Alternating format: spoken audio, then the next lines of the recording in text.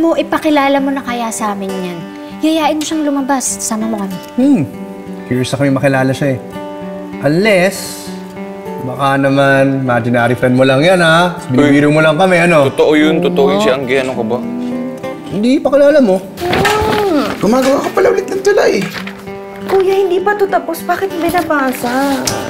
Teka. Susunod ko tayo. Inspired ka? Hindi. Para kanina mo sinulat yan. Wala! Hobby ko lang.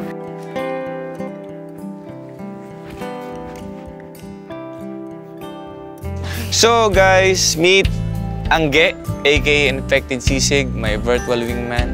Meet my best buddies, Genski and Ketch. Hi, Genski! Hi, Ketch! Basta Angge, ano ha? Huwag ka magsasawang makipag-banding sa amin ha. Oo naman. Kabadong-kabado ako kanina.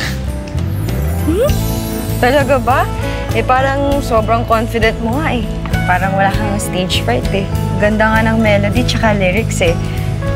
Inspired ka, no?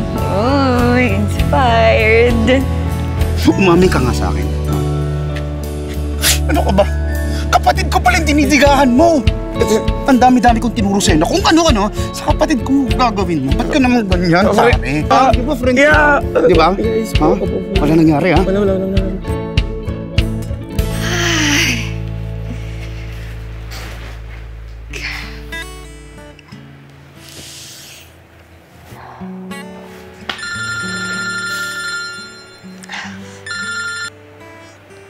Hello? Sino to? Gising ka pa, Angge? Kamusta? Jerry? Paano mo nakuha tong number ko? Ganyan ba yung pag-welcome mo sa akin? Kay Cons, binigay niya. Oh, wag mo na siyang sisisihin ha. Nagpumilit lang talaga ako. By the way, nandito ako sa Pinas for a 2-week work-related vacation. Pinilit ko talaga ma-assign dito. Bakit mo ko ulit tinawagan? I want to patch things up, Angge. Paano hindi maayos yung breakup natin? Ha? It was a mutual decision. Parehas natin ginusto. Yun ang problema, Angge. Pinilit natin pagmukhaing ginusto talaga natin yun kahit hindi naman talaga.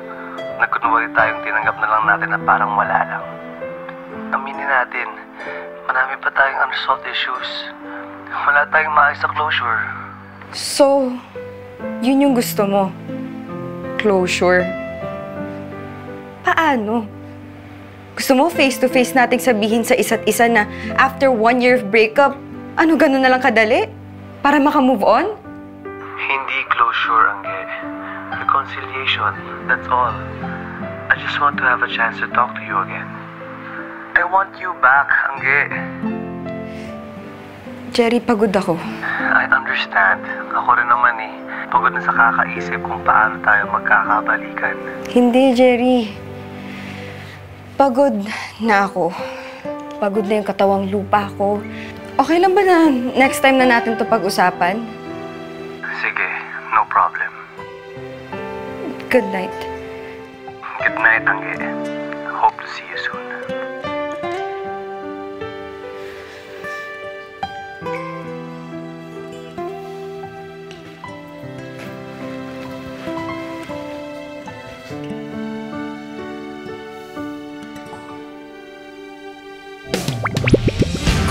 Gusto kita.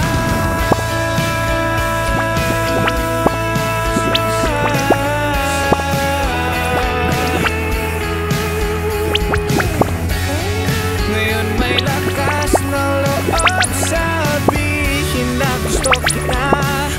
At isisigaw ko na, sa wakas sasabi ko na. Napakaganda namang showbiz headline nito. Ano naman yung sinabi mo? Huwag mo sabihin nakipagbalikan ka. Yun na nga nang eh. Hindi pa naman po ako nakikipagbalikan. Pero sabi ko po sa kanya, next time na lang po namin pag-usapan na bigyan niya muna ako ng oras. Ibig sabihin mas matimbang yung gusto mo makipagbalikan, tama? Di ko sure nang eh. Hindi mo sure. Eme-eme ka din, Angge. Alam mo, sa tono ng pananalita mo, parang 60% decided ka na eh. Kasi humingi ka pa ng time to i-assess everything. Eh kung talagang ayaw mo kipagbalikan, di sana sinabi mo agad ng no. Hindi. Diba? Pero nang, naguguluhan talaga ako eh. Tulungan mo naman ako mag-decide Alam mo kasi na, anak, pwede ko namang sabihin sa'yo na kung anong sinasabi ng puso mo, yun ang sundin mo. Pero minsan, bulag tayo pagdating sa pag-ibig. Maraming bagay na nakakasakit sa atin or masama sa atin na di natin nakikita dahil nakafocus lang tayo sa lecheng pag-ibig na yan. Kaya naman tayo, yes lang ng yes sa lahat ng ibigay nila. Alam mo na, maraming bagay na masama sa atin, na nakakasakit sa atin, na ang tanging nakakakita lamang yung mga importanteng tao na kapaligid sa'yo. Tulad ng ano, Nang? Tulad ko. Tulad ng hindi niya pag-prioritize sa'yo. Pinili niya yung karir niya. Ibig sabihin na talo ka dun. Ikaw naman, nagpaubaya. Tapos ngayon, babalikan ka. Edi wow, ano siya, gold? Pero Nang, tingin ko talaga nagbago na siya eh. Tingin ko totoo talaga na gusto niya talaga makipagbalikan. Na gusto niya itama lahat ng pagkakamali na nagawa niya sa relasyon namin.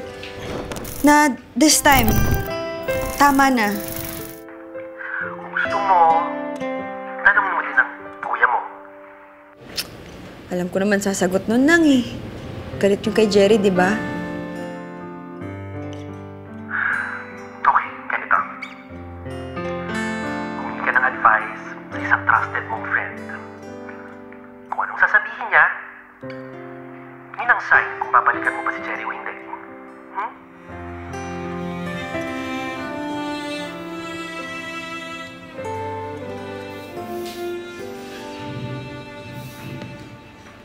Anong ginagawa mo ngayon?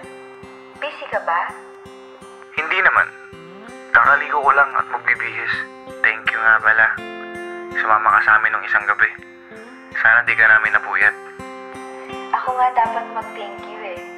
I had a great time. Uy, sorry kung nakukulitan ka kila Gelsky at Ketch. Hindi ah. Masaya nga sila kasama eh. Gusto ko ulit silang mag-meet. Nax, sali ka minsan. Magbo-board games kami. Bryce, free ka ba today? Kita tayo. Kung okay lang. Oh, bakit? Pinagalitan ka ba ng kuya mo dahil lampas ka sa curfew? Ay, hindi. Gusto ko lang makichill. Hanap ka usap, ganun. Oh, sige, sige. Gusto mo doon sa sisigan? Pagkaan mo, oh. Kaya mo na, mainit pa. Ba't parang tahimik mo? Hindi ako sanay na hindi ka maingay since virtual yung mga kita. Bryce, may sasabihin ako sa'yo. Ano yun? Yung ex ko kasi bumabalik eh. Si Jerry, nakikipagbalikan kasi siya ngayon eh.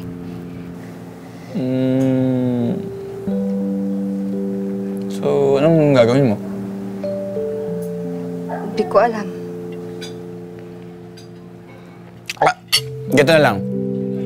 Ngayon, ako naman na magiging virtual wingman mo. Sabihin mo lang yung problema mo. Tapos, I will give my best advice.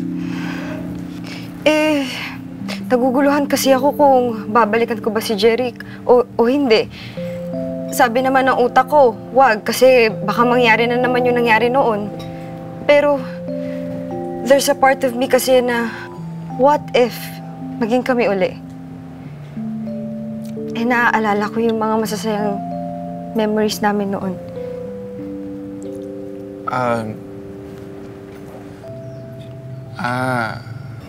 Bryce, ano ba ako sa'yo? Ikaw? Sa akin? Sa Talkverse, bilang Nokage, ano ba tayo? Online friend. Sa totoong buhay, bilang Bryce, ano ba tayo? newfound friend. I mean, maliban sa virtual wingman kita, newfound friend. Alam mo naman na ikaw lang yung close ko ata na babae talaga, di ba? Maliban kay Gensi kasi one of the boys naman yun. Yun. Newfound friend. Okay. So, anong dapat kong gawin? Bigyan mo na chance. Lahat naman siguro tayo deserve ng chance, di ba? Tsaka naniniwala din ako na pag bumalik, it's either destiny, fate, or true love. Siguro, kausapin mo. Balikan mo.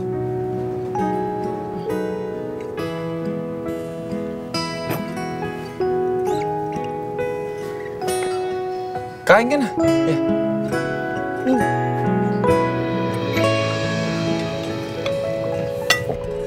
Di ko maintindihan. Bakit mo sinabi yun? That's the stupidest advice you could give to someone. Sipin mo pinagtulakan mo siya makipagbalikan sa ex-boyfriend niya. Di ko alam. Bigla lumabas sa bibig ko. Alam mo bro, kung nandun ka lang sa meta ng isang game, olats ka na. Bakit mo pa kasi sinabi yun? O ano nakuha mo? Di ba, lalo mo lang pinahirapan sarili mo? Guys, wala ba kayo napapansin sa akin? Tumaba ka ba ng konti? Nagpagupit ka. Oo. Ito Naka-dress ako, tsaka ayan ano kasi ako, natalo lang ako ng kapatid ko sa pustahan, kaya ganito yung suot ko. Wala kang bucket hat. Oo nga. Pabalik tayo sa'yo, tapos? Nabigla ako. Hindi ko alam ang sasabihin ko kung ano man, siguro kontento na din ako kung ano meron sa amin ni Angge. Kung friends, di friends lang. Ang tanong, kontento ka ba talaga? Ba't ba kasi ayaw mo nalang umamin? So tingin mo ba, madali lang umamin? Sasabihin mo lang gusto kita, tapos kaibigan mo pa? Ayoko lang kasi magkasiraan kami kasi nagkaaminan. Oh, guys, pwede na ba ito mga pictures para sa auction? Parang dapat mas pakita mo yung sword. Ika. Saka yung box.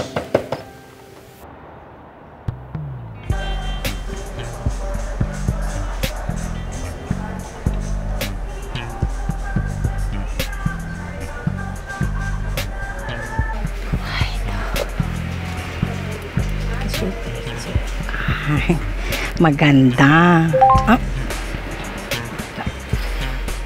Yaya, kailangan kita dito. Nasaan ka na? Nandito siya. It's an emergency. Umuwi ka na. Ano na naman kayang meron? Pinagmamadali, relax na relax eh. Where are you na?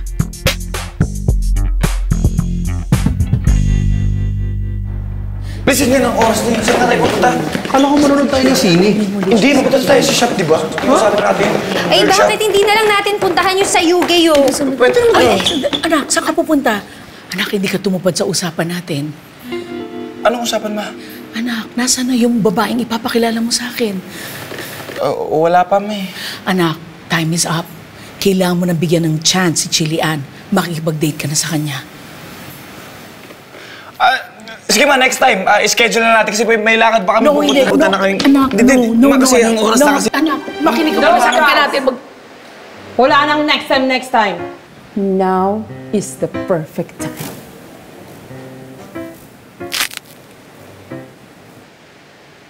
Eto po,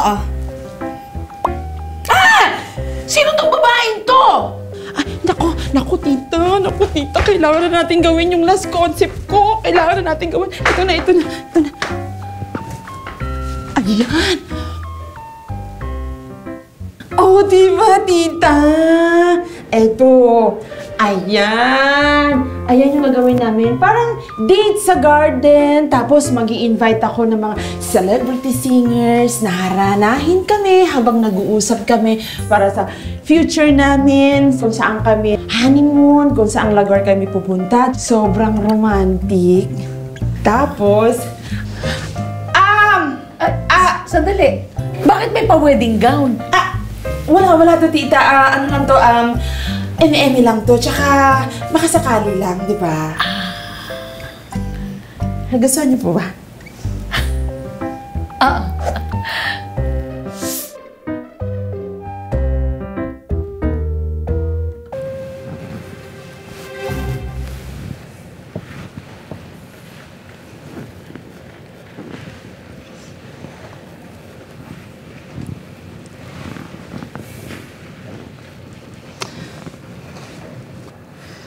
You don't seem well.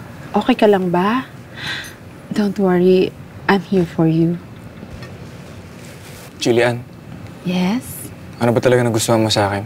Ano bang meron sa akin? Is that a serious question? Of course, lahat gusto ko sa'yo, Bryce, kahit hindi pa tayo masyadong magkakilala. Yung problema eh. Gusto mo ako kahit di mo naman talaga ako kilala. Well, medyo kasi syempre dun sa mga kwento ng mami mo. Diba? O sige, anong favorite color ko? Turquoise? Mali, green. Anong favorite kong food? Caesar salad? Mali, broccoli stew. Anong favorite kong place? Malate? Mali, Japan. O diba? Di mo ko kilala, Jillian. To follow na lang yun. Mapag-aaralan naman yan pag tayo na, di ba? Sa tingin mo ba talaga, magiging masaya tayong dalawa, ha? Of course! Naiintindihan mo ba yun, Bryce? Narinig mo ba ako? Ha? Bryce? Bryce! Narinig mo yung sinabi ko? Kailangan magkakagustuhan tayo dahil kung hindi, babawiin ni Dad ang share niya sa Veggie Boy Company ninyo. At yun ang dahilan para malugi kayo. Malugi ang kumpanya ninyo. At ako lang ang paraan para umangat ang kumpanya nyo. Ako lang ang susi doon. Ano, naiintindihan mo na ba, ha?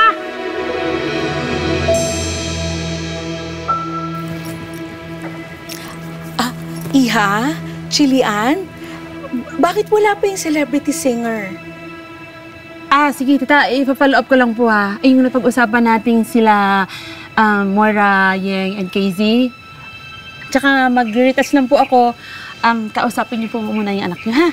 Sige po, tita. Babalik po ako. Okay.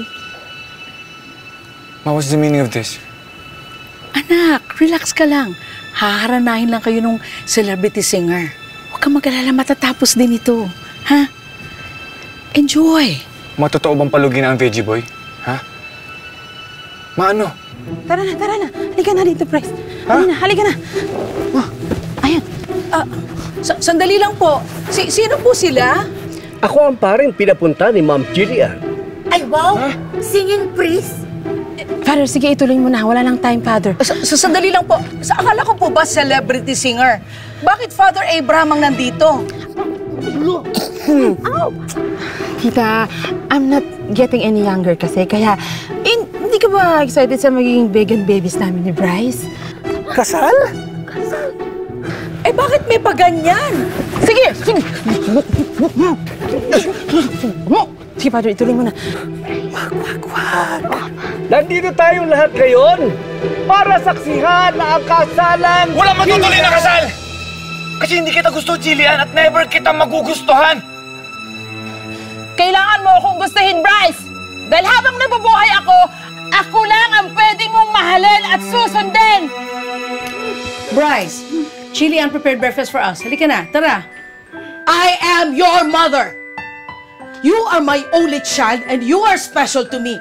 Ang gusto ko lang naman mapunta ka sa tamang babae! Kaya pinagtutulakan niyo kay Jillian, ganon?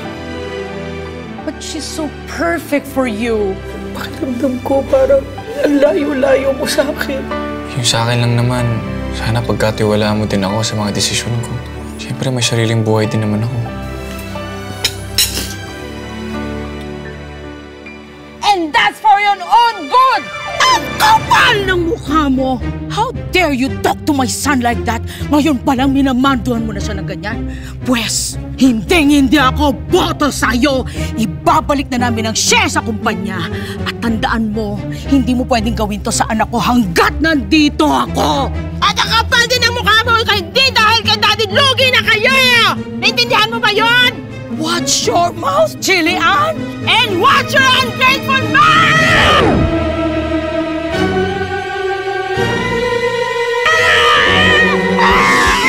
Laklakin mo yan! Laklakin mo yan!